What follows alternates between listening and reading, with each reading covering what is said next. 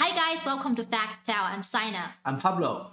I think the discussions around democracy have been heated up recently. Yes, I've noticed that as well. So, Sana, do you know what this is? I believe that is the report released by China's Ministry of Foreign Affairs. Exactly. And this is the State of Democracy in the United States 2022. All right, why don't we talk about democracy in today's episode and discuss whether the US is a beacon of democracy as it claims?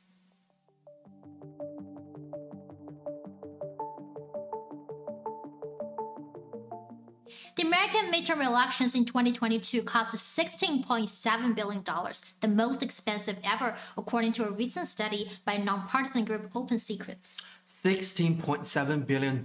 Wow. Let's put that into perspective. Sure. So according to World Bank data, this figure, $16.7 billion, exceeds the annual GDP of more than 70 individual countries. Mozambique, Nicaragua, and Armenia, just to name a few of those countries. We can see that the Malta is slightly over this amount, and its annual GDP is about $17 billion. Yes, but the countries we just mentioned and others like the Democratic Republic of Congo, Namibia, Jamaica, and Mongolia, they all have GDP that's less than $16.7 billion. So I'm confused. Is it worth spending this large amount of money, so much more than an entire year's output in so many countries, on electing just senators and other legislative officials, but not knowing what their worth to society is? I think the fundamental question is what the returns are. Is this money well spent? And we should point out that this is not the entire sum spent on the midterms. We're not talking about the money that can be tracked, but there's also cash that can't be traced. I know, you mean dark money. Indeed.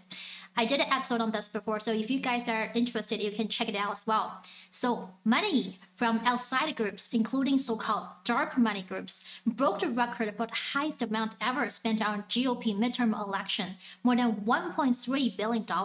In October last year, more than $1 billion have been spent or booked on TV ads in a dozen Senate races.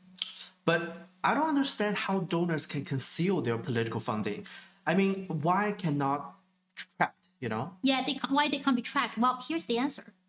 They were just one of many Koch brothers groups that were used to funnel money from place to place, essentially money laundering, so that the original donors' names would not be divulged to the public.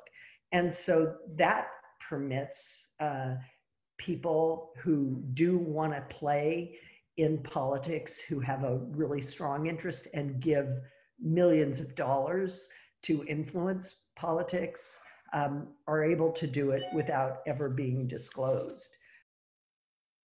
So dark money is campaign funding hidden from the voters. We don't know who are the donors and how much they donate or to which candidates. And there's more. You see, we were talking about $1 billion being spent on GOP TV ads for a dozen Senate races. And the Senate races last year were quite intense. So let's look at some figures. These are the 10 most expensive congressional races involving the Senate and the spending of states like Pennsylvania, Georgia, and Arizona, all exceeded $100 million. And you can see that Ohio was also in the top 10, spending close to $100 million as well. Remember the train derailment in the state and how little compensation the local residents received, yet all that money was spent on elections. I did not know that the Senate race was that costly. I mean, states like Nevada and Wisconsin also spent over $100 million on the election. Unbelievable. And I guess that's why people are taking so much of the midterm last year were the most expensive ever. Yeah, I mean, a lot of people, they're talking that the last year's midterm are just the most expensive in history. So American elections have just become a rich people's game. And the whole process is more like an idol selection, like a reality show or K-pop campaign. Yeah, K-pop campaign. I mean, the significant difference that campaign continuously bursts cash. Advertising, staff recruitment, promotion materials, and campaign events all require deep pockets. I mean, candidates, they just don't have the financial resources to cover the huge expenditure. So fundraising has become big businesses. So instead of spending time thinking about what to do for the voters, candidates are taken up with trying to secure its funding. And here's another interesting figure. In the last year midterm cycle, American billionaires had spent a whopping $880 million by the end of October last year. You know, some people were saying the final total would likely approach an astronomical $1 billion. And that's a game-changing amount of money that could influence the results. Certainly. You were probably taught in school that America is a democracy, and sure, it has some of the characteristics of that, but I want you to take a look at the results of a new report from Americans for Tax Fairness about billionaires' spending in this election cycle, and we're gonna try to figure out if that's the best classification for our country. So they have found that as of September 30th of this year, billionaires in the US have spent nearly $900 million in these, I'll remind you, midterm elections. Here's an interesting expression by Frank Clemente, Executive Director of American for Tax Fairness. As he put it, billionaire wealth is drowning America's democracy. Drowning, good word. And between 2009 and 2020, the top 12 billionaires in America accounted for 1 out of every $13 given to candidates and political groups. And in the 2020 cycle, that has risen up to almost 1 out of every $10 received by federal campaigns, with the top 20 having a combined spending of more than the entire Biden presidential campaign. And in the 2022 midterms, billionaire spending was up 44% on 2018. I mean, up 44%, that is just a lot. Yeah. That's why I was saying elections in the US are for rich people, no matter through direct and transparent donations or dark money. The fat cats bankroll elections and support politicians with whom they can work. So we can safely say that rich people, they have a significant and large influence in the US. And no wonder the elections in the US are getting more and more expensive. So who knows what the next cycle will cost? This reminds me of some remarks made 100 years ago by Ohio Senator Mark Hanna. He said something like this: there are two things that are important in politics. The first is money, and I can't remember the second is.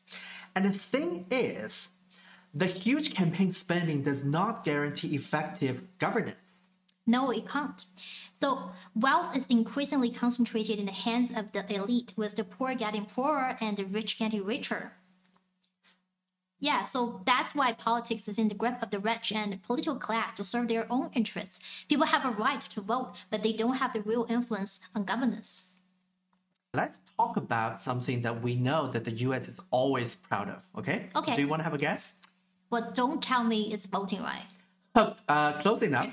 Actually, it's freedom of speech. You're familiar with that, right? Yeah.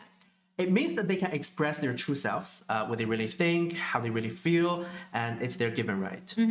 Freedom of speech, huh? But do they really have this right? That's my question. So let's find out. The US has always prided itself in free speech, Yeah. but in reality, freedom is upheld according to self-centered US standards. So I guess if you want real freedom of speech, the interests of the parties and the campaign financing, as we just discussed, I think they are the two factors you just cannot neglect. Yes, and so if your speech harms the interests of the US government or the Capitol, I'm sorry, there goes your freedom. So what you mean is that their so-called freedom of speech is attached to a bunch of restrictions. Yeah. And there are certain things you cannot say, even if they're true. That just sounds ironic to me. Exactly. And the country not only upholds double standards when it comes to freedom of speech, sometimes it's no standards or even me standards. And their standards are really flexible all the time. Well, I think there are examples we can talk about. One of them is the KCXL radio station example. Yeah. So for those who are not familiar, in early 2020, a Missouri radio station called KCXL signed a content with the Russian program Radio Sputnik. In March 2022, KCXL was airing Radio Sputnik for about 16 hours a day. Something just tricky and then happened. One Sputnik program blamed NATO, led by the US, for accelerating and provoking the tragedy in Ukraine and steering Ukraine further and further down the wrong path. But this radio station has come under fire in the US. A famous local newspaper called Kansas City Star published an editorial criticizing the station's program as pro-Putin propaganda. Well, I guess if it's just like what you said, everyone has the right to speak. I think this is what freedom of speech stands for. Yeah. But the truth is, they can only say the right stuff that serves certain political agendas.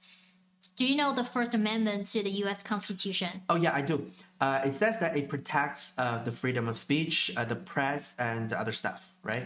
That's right, and that is exactly what the owner of the KCXL said when he was put on the spot. He said, I think it really is my duty to honor the First Amendment rights that we have. So this is exactly the textbook of double standards, right? The US says freedom of speech on the one hand and suppresses so-called wrongful voices on the other. So I guess this is not true freedom. It's kind of a controlled freedom that can mislead the public. And I guess it's poisonous. And there is more. The US and other Western countries have also used many ways to suppress voices that support Russia and even directly silence the Russian media. I think there's so many examples. I mean, the Russia's official account is publicly restricted by Twitter, Facebook, YouTube, and other social platforms. But Sina, Russia is not the only country. As a matter of fact, recently the lawmakers of the US are trying to ban TikTok. You know TikTok, right? Yeah. A massively popular short-form video app. I mean, is that hearing for real? I mean, I watched that and all the questions were just so hilarious. Right. So what's more is the U.S. sanctioned 4 senior officials and 2 journalists at Iranian state media, Republic of Iran Broadcasting. Another example, an increasing number of Cuban journalists, activists, and artists are locked out of the online platforms due to the restrictions imposed on American companies.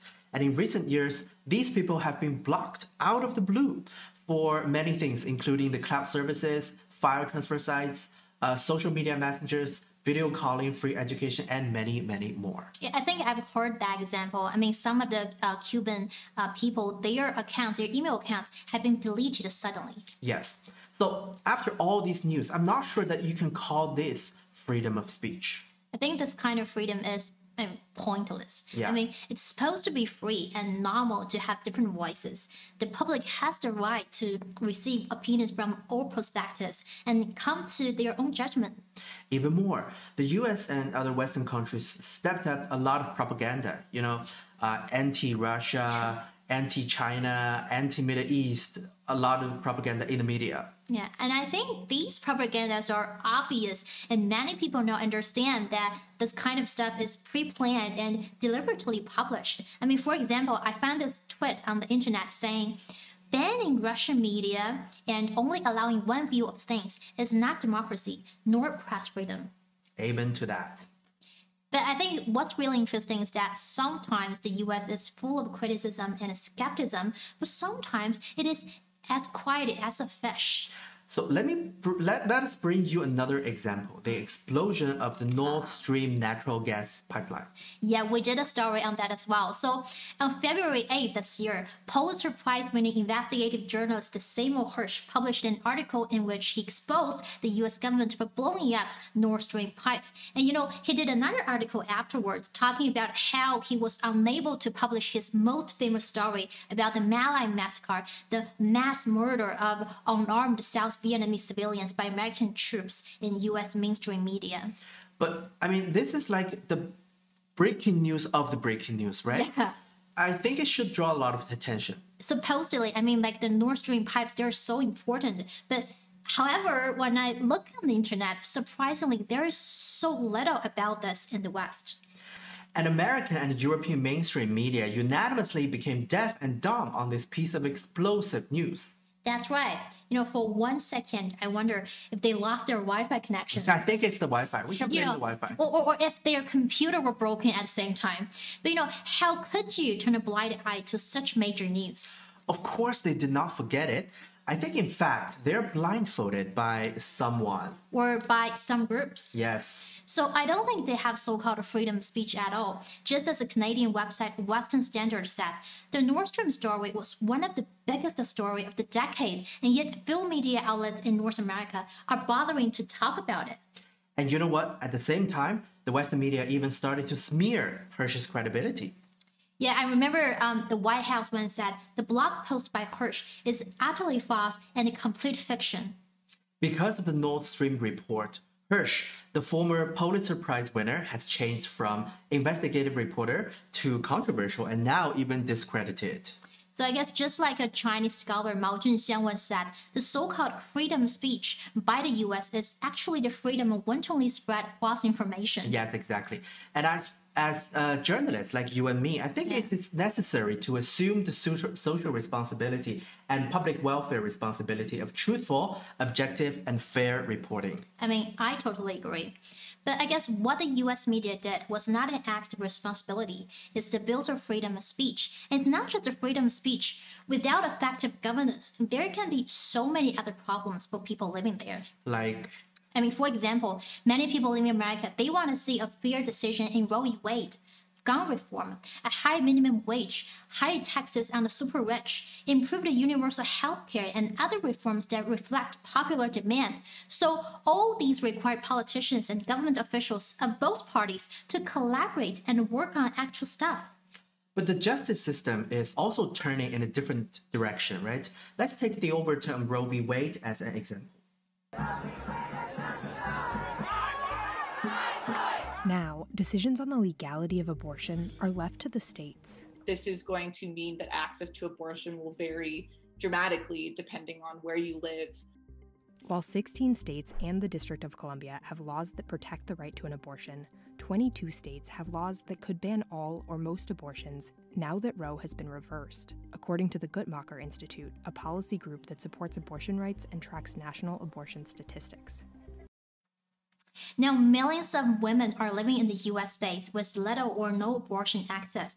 Some girls are even forced to try self-managed abortion. That is horrifying, even just to hear about it. Yeah. I mean, now the Supreme Court has this 6-3 conservative majority.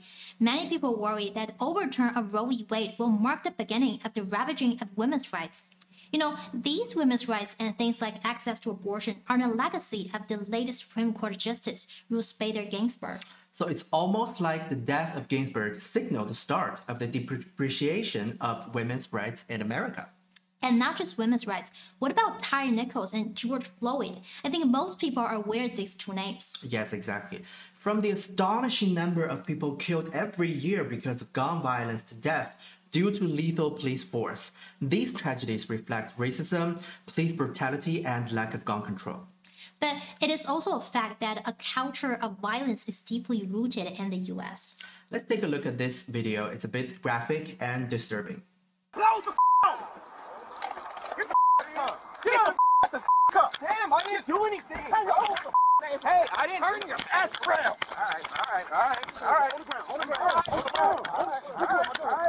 Alright. You don't do that, okay? Get on the ground!